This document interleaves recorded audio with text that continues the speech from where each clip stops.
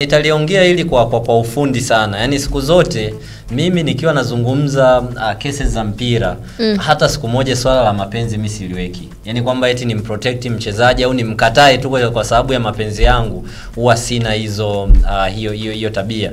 Ukimtazama Joshua Mutale, hata kwenye michezo aliyofanikiwa kuifanya vizuri, nitakwambia ni ubora wa Mwalimu Fadlu kujaribu kumboresha. Kwa nini nasema hivyo? Joshua Mutale anasajiliwa na Simba kama winga. Tukumbuke hiyo na twende taratibu kama winga. Lakini kwa nini Joshua alikuwa hapewi nafasi ya kucheza kwenye flanks?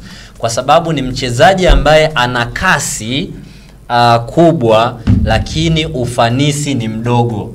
Yaani ana uwezo wa kusprinti kwenye eneo kubwa, akifika mwisho maamuzi atakayoyachukua mara nyingi amekuwa ni dhaifu mno, hayana msaada wowote. Mwisho wa siku Mwalimu Fadlu akaona nimpunguzie majukumu, asitoke pembeni, kwa sababu ukicheza winga siku zote tegemea kufanya coverage eneo kubwa sana la uwanja. Akaona aopti kumsogeza kwenye eneo la namba 10 ili kwenye eneo la namba 10 imsaidie zaidi kuwa na distance ndogo ya kukava. Ndo maana alikuwa akipata mpira kwenye eneo la namba 10 ni rahisi zaidi kucheza 1-2 kwa sababu anakuwa karibu na wenzake. Yaani namba 10, namba 9 anakuwa karibu sana. Kwa hiyo apige 1-2 afanikiwe kufika afunge. Kwa hiyo na hasa kubwa zaidi ni anaonekana moment ambazo Simba wamefanya total dominance kwenye mchezo.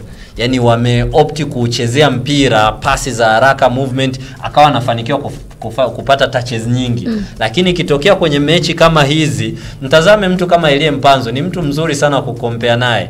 Japokuwa game ilikuwa imetight, lakini Elie kuna vitu alikuwa anavifanya katikati ya wachezaji watatu. Naona kabisa kwamba huyu hata kama mechi imetight anaweza kustep hapo kwa uwezo wake.